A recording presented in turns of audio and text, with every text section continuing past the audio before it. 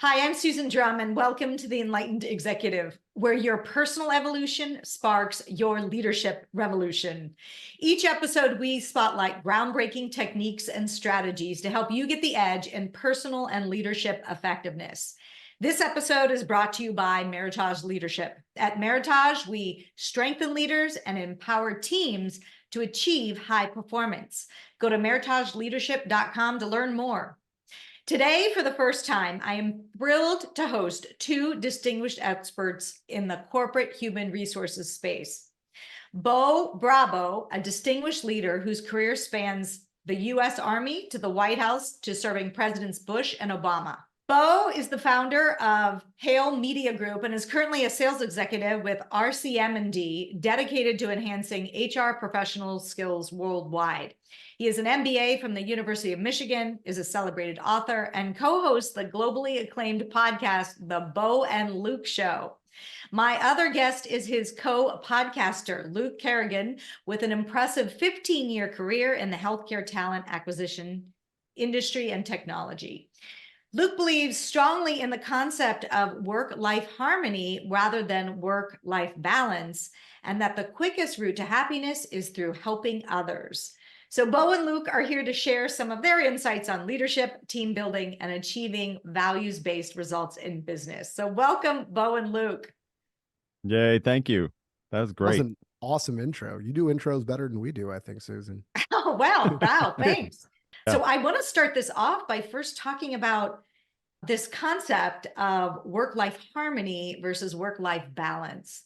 Tell us a little bit more about what you guys mean by that. So Luke and I went down this road of work-life balance versus work-life harmony, really just considering, looking at balance like a teeter-totter, right? When you're trying to balance something, you want to have equal weights on both sides to make sure that either one of them fall, right?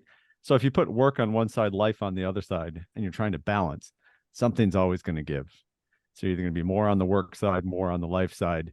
And then, what's faltering, what's going to the wayside because you don't have that balance, and how much effort are you putting into actually just trying to balance, right? And then what's getting lost. Mm-hmm. So in reality, what we have gone after and starting to achieve in life is harmony. So everything that we do from the moment we get up to the moment that we go to bed is all aligned. And that goes back to even in the introduction, you're talking about values-based results, right? It's your personal values. If you're living your personal values in the workplace and you're living them at home, you're already starting to get harmony, right?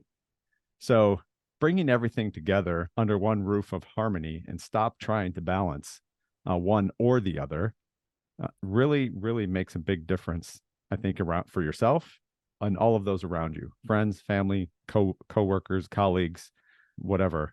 It truly works. Luke? Yeah, I'm with you. Yeah, I was going to say, yeah, I totally agree with everything you just said, Bo. For me, it's about mindset, because we have to, if you're going to say work-life harmony as opposed to work-life balance, then you have to go and live that every single day. And it's all about living it in those moments and being present where you're actually going to see the effects of it and the benefits of it, right? So for me, work-life balance means I need to sacrifice something for the other. And it's a lose-lose situation every single time. All right. So if we word it like that and we're like, okay, I'm going to balance something, you're either sacrificing a part of your career that day for your family, or you're sacrificing part of your family for your career. And that is an awful proposition for anybody. It's a no-win scenario. And speaking of mindset, like that's a losing mindset to have, because part of you, whether you say it or not to your family or your coworkers, part of you is dying a little bit inside when that's happening. Right. So if you think about work-life harmony, how can I include everything to go in the same direction? So I'll give you a couple examples here. So I had one coworker reach out, and I think they were looking for affirmation before they went on vacation. And they were like, Luke, how do you handle vacation? Should I completely unplug, and just spend the time 100% with my family? Or should I be in there checking emails and, stay? And I was like, hey, that's up to you. And like the goal here that we're going to think about is you being more present and having a great time with your family, which I totally get unplugging. However, if I do that, I was like, for me, I'm going to lose my mind. I'm going to have anxiety. that whole time that there's fires I need to put out. Or Things are dread when I come back to work that I have 500 Thank you. emails, right? Yeah, dread when I come back. Like and that will actually take away from the time that I have with my family because I'm not going to be 100% present. So I said, for me, I was like, do whatever you want, but for me, I get up 30 minutes early before the family does, and I just knock out any emails I need to and just make sure nothing's going absolutely crazy. And then I'm usually done for the day. Maybe check it like before I go to bed, but that gives me peace and the ability to be 100% present with my family. So that's one example. Another one, and this just happened a few weeks ago, Bo and I got the opportunity to go visit Alicia Aceveda at Advent Health down at their headquarters outside Orlando. So, work trip. So usually folks just, get to work, go on the trip. I decided to take my whole family to Disney World. So they came with me. We got an Airbnb. We went and had the day of work. And then we had 2 days where I could spend with my family. And it's just about bringing us all together to really embrace the whole aspect of what we're doing in this life and career, right? Because the trick that I've learned is just enjoying it every single day makes you exponentially a better person, a better husband, a better coworker.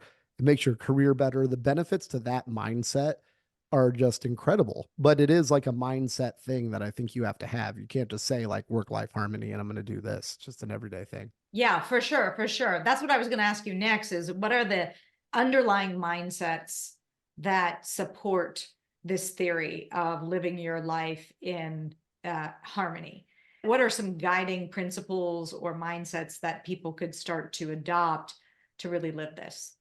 That's a good one. I'm gonna let Bo run with It that is. first. I think that's a great question. I think you have to develop, number one, a very positive mindset, right? And it's one mindset. Don't try to separate how you think at work or who you are at work versus who you are at home, right? So it's one positive mindset. So from the moment you get up in the morning and how you have your day structured, we definitely believe in having structured days. We even talk a lot about battle rhythm, which is like your routine.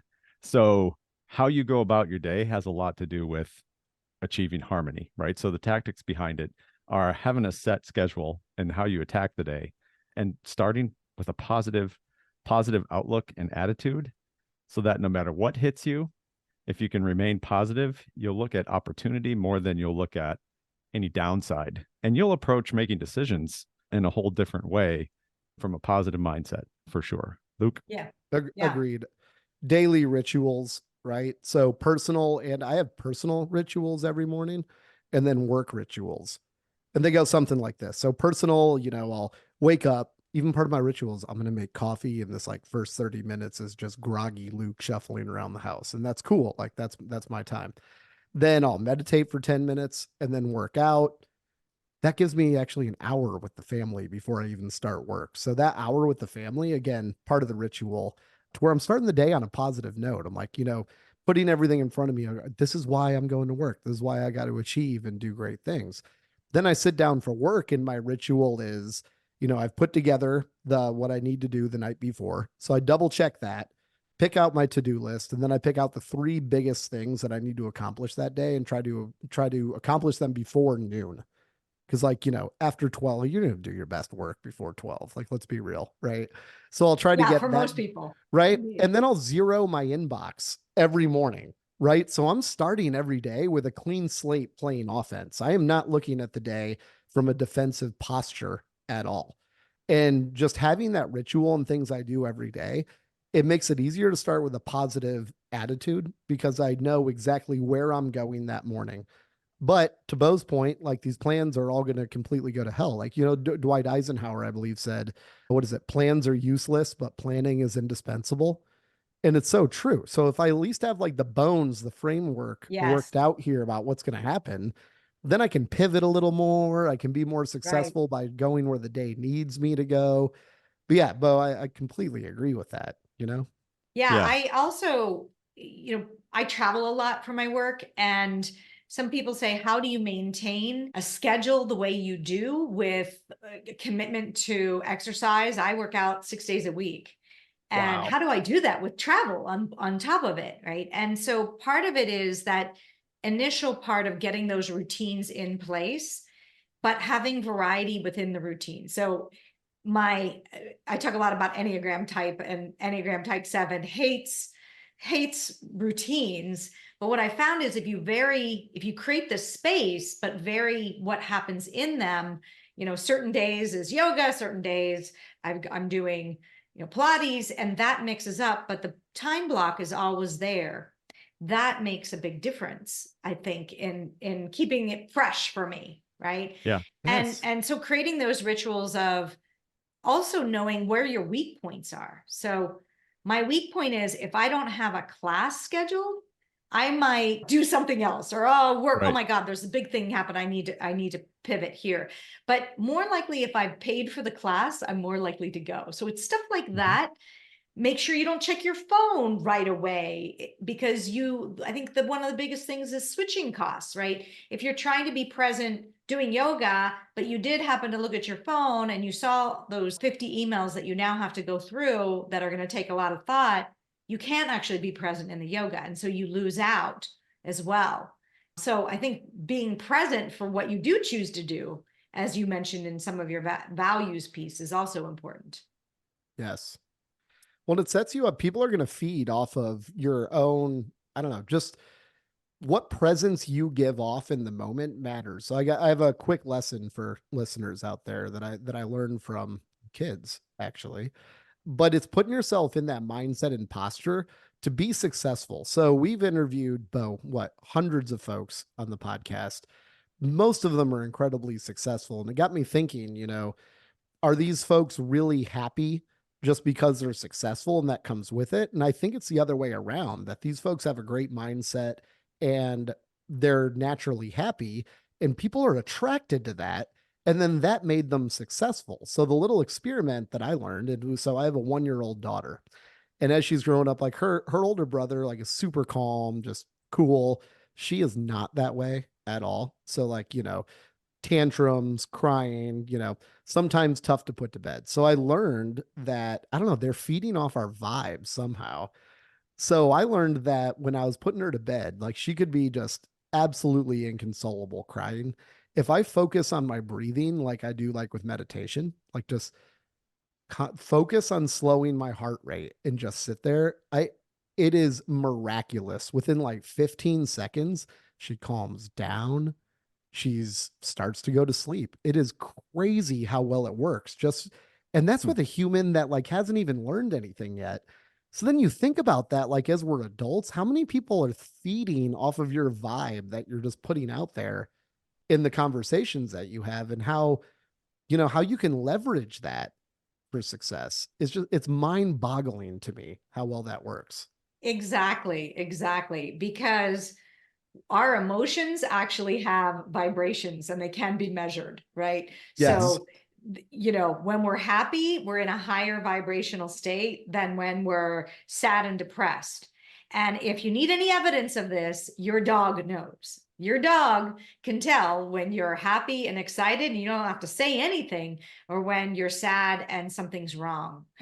It's pretty incredible because they're feeling that energy, and that energy can be measured through the heart is the largest electromagnetic signal in the body. It can be measured 3 feet from the body. Really? Yeah. 3 All right. So feet. this is fascinating to me. I'm so happy you're mentioning this, Susan, because I'm like figuring this out on my own. I don't have like the technical expertise to like back this up. So this is fascinating. Yes. Keep going. I mean, Keep going. another source of electromagnetivity is the brain, but the brain you can only measure 1.5 inches from the body. So the heart, which is the source of emotion and all, is actually what's generating what people are feeling. So I so agree with you that every day you wake up, you have a choice for how you want to start your day. And whether you choose to get into a certain state or not, it's going to play out the rest of your day. So why not start it the best way you can, right? Meditate, or just write down 3 things you're grateful for. Then you start your day in gratitude, right? Right. There's just very simple things that don't take more than a few minutes that anyone could do. Right. I think it all comes down to what each of us as a person is willing to do. Right. I often say that the difference between anybody is your level of courage to actually do something. right? Yeah. And I heard Arnold Schwarzenegger in a speech one time where it talked about, and you travel a lot, Susan, where he's traveling. He's like, I don't care what you do. If you've been traveling all day, when you get to your hotel, don't go to bed. Go to the hotel gym, 15 minutes. Just work out 15 minutes. Way better for your mind, for recovery of your stressful day than just laying down on the bed and, zoning out on, flip the TV on your phone, you're on your phone or whatever. So I think it's about the actions that we decide to take. I'd love to hear a little bit more about your journeys to being a more conscious leader, because obviously in the work that you do, you're talking through how to be more present, more conscious, really bring this concept of harmony in. What's been most impactful in your own journey of personal development? Luke, take that one. You want me to take that one? All right. You take that one first. So my background is super interesting. So like, much like Susan, you went to Harvard Law School. I was the complete opposite of that. I only have a high school diploma from Peoria, Illinois, moved to Chicago when I was like 18 years old and started off at Red Lobster, as folks normally do. Awesome. Right? Yeah. I ate tons of Cheddar Bay biscuits, which are amazing. But I spent probably the first 9, almost 10 years of my career in restaurants, working my way up to restaurant management. I wasn't always at Red Lobster. I worked my way up into some of the nicest fine dining restaurants in Chicago, and then ended up at 23 becoming the GM of a restaurant across the street from Wrigley Field, where the Chicago Cubs play, which was, I'm a lifelong Cubs fan, so that was like a dream job for me. Yeah. But then ended up getting into the corporate world, 9 or 10 years later after that. But everything that's made me successful in the corporate space, like I promise you, I learned from the restaurant industry. I learned everything about P&L, from managing my own books. Of course, we had a corporate office that had, to help out, but all of the costs, inventory came down to me, the payroll, and working my way up and understanding people and how they operate is what really, really impacted everything I do. So I have a couple sayings that I'd like everyone to really, they can write them down if they want, but they're pretty easy to remember. But one of them is that it all comes down to doing elementary tasks with master's level execution. So what I mean by that is a lot of us in business are doing the exact same things. And not only that, there's Daniel Pink talks about like information asymmetry, that companies used to have all the info. You had to go to a salesperson to understand all that. Well, now it's flipped the complete opposite, where with the internet, folks have access to people that have had experiences, good or bad. They have access to demos that are out there. They have 90% of the information before they even contact you, right? So when they have almost all the information, we're at a more level playing field than we've ever been at in history. So what I think it comes down to is doing those elementary tasks with master's level execution. And now in my role at Phenom, I'm an individual contributor. And what I love the most about this company is, our CEO, his name is Mahi. He will tell you, he doesn't talk a ton to everybody, but if you're like, hey, I need control over this division to do what I want. He's like, you don't need a leadership title at my company to be a leader. Go do it, like right now. And I've just been doing that ever since, and it's been absolutely great. So I'm in like an individual contributor role now where I still get to scratch that itch of being a leader, but I don't have, the crazy responsibilities that go along with it. And I just thank everything for where I'm at right now, because I can run a podcast with Bo. I can do all the things in life that I want to. I get more time with my kids. Money is great, and it's just hitting the stride really well. Well, I also hear in your story that if you made almost every mistake there is out there, you didn't let any of that stop you. So I'm very your stubborn. mindset around mistakes must have been a phenomenal one. It's Yeah. oh, good, made a mistake. Great. Now, one more quiver in my belt that I understand, almost like collecting. I've collected gold. Can you imagine if we had this mindset that every time we made a mistake, we actually picked up a piece of gold? And it's true. It's true, but we don't often view it that way, right? But you did. That's what I heard in your story. You picked up all these pieces of gold, and that's how you viewed it and cherished it, which allowed you to keep going and not use it as a self-flagellation tool, right? It's so true. Absolutely. all the best lessons are learned from that. You articulated that perfectly, Susan. Yeah. Yeah. How about you, Bo? What's been most So impactful in your journey? yeah, my journey is completely different from all of you, but I think that's one of the reasons Luke and I connect. I think mine was the military, as you put out in the introduction, right? So I spent 26 years in the Army. The last 8 of that was at the White House under President Bush and then President Obama.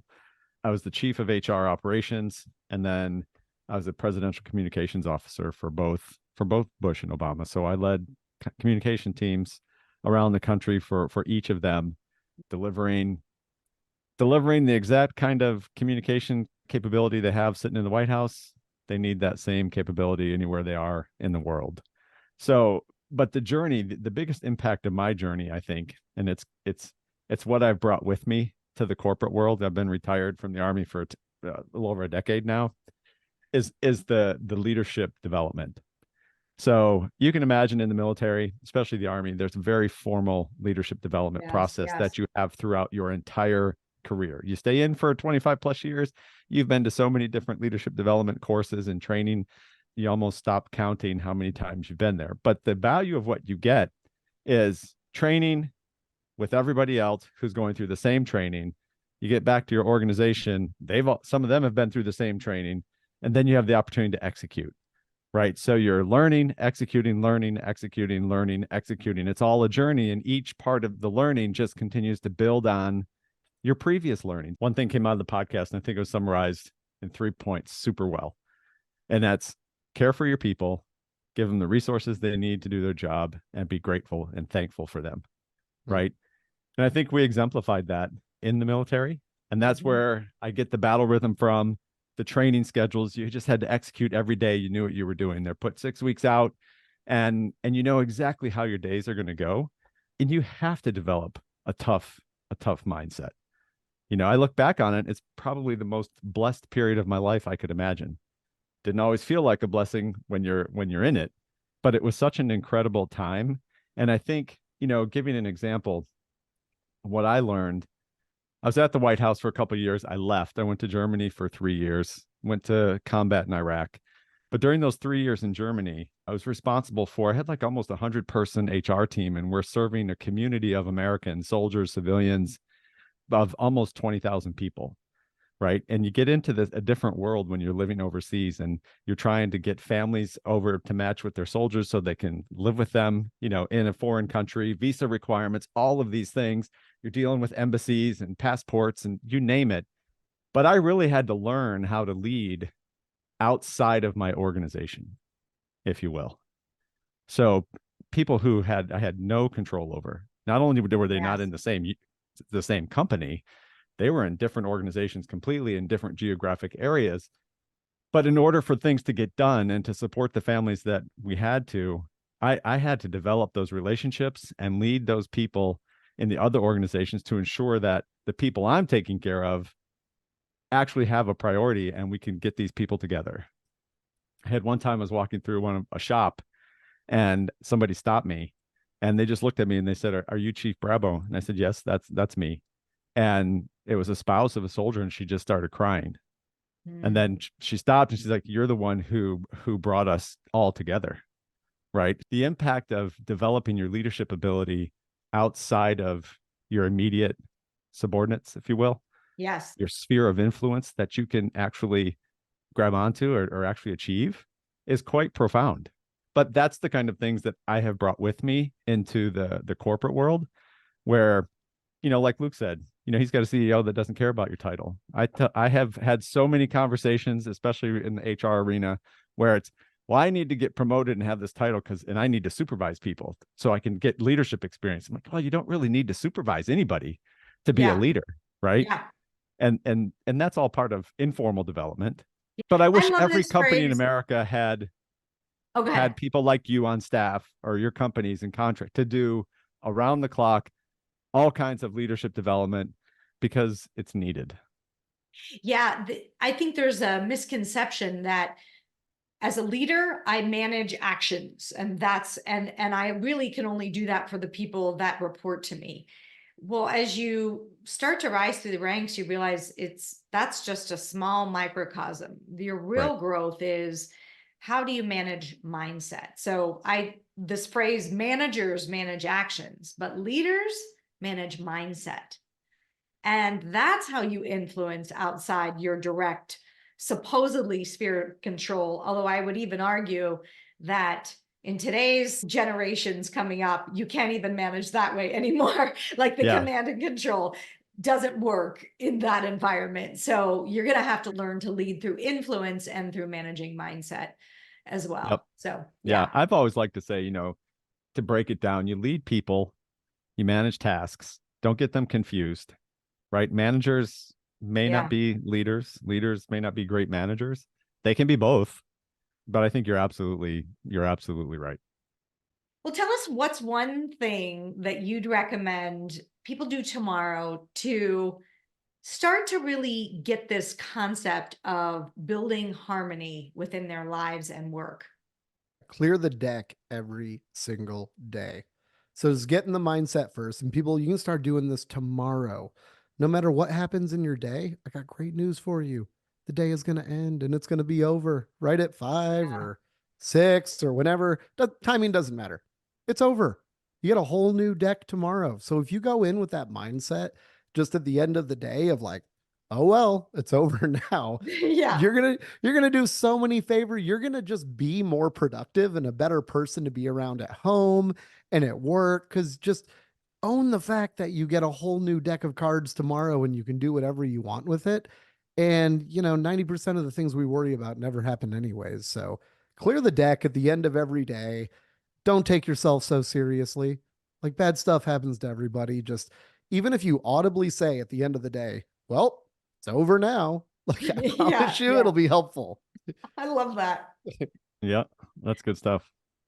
I would give anybody the advice of taking pen to paper and writing down, because there's power in the written word, connection between your hand and your mind and thinking through things. And I would write down what it is you're trying to achieve in your company, right? And what it is you're trying to achieve on the home front, even if it's a list of 5 to 10 things. And where do they match? Are they aligned? Are they not aligned? And start thinking about why they're not aligned and how you align them, and get really crystal clear on, I think, what is super important and what you want to achieve at work or what your company's out to achieve, so that you know what the distractions are and where you don't have to put your time. Because oftentimes you get bombarded with something and the next thing you know, like you're hating your day, or it takes away from a certain block of time you had on your calendar. And it's something that has absolutely nothing to do with with your strategy, your mission, the goals you've set out to achieve for your company. It's nonsense. And it just wasn't identified as this is a total distraction, or it's not my plate. That's somebody else's plate. I don't have to do that. That's why I hired this person to do that. Right. So that you can start to align your work time, your lifetime, and start creating some harmony. But I think it starts with you writing down what is important to you, what do you want to achieve, and finding the alignment. Sometimes they don't align. You might have to make change. Yeah, for sure. Well, I'm so grateful that you both were here on the show today. Where can people learn more about you and your work? Yeah, I think one of the best places to go is go to the bowandlukeshow.com. That's the bowandlukeshow.com. There's spots in there about Luke and I both specifically. And from there, you can get our contact information, our LinkedIn profiles, all of that type of stuff. I'm happy to talk to anybody that reaches out. I think that's one of the greatest things about podcasts, is most of the guests are always willing to say, yeah, reach out. Let's talk. Let's continue the conversation. And Luke and I are definitely up for that. Awesome. Well, if you like this episode, you're not going to want to miss my interview with Dr. Sean Dill, who teaches us that health and success are fundamental truths rather than fundamental pursuits. Let's all lead the way. Hope you enjoyed today's episode, and I'd like to point you to the next important step. Hit the subscribe button and the bell to get notified when we release new content. I'll see you on the next episode of The Enlightened Executive.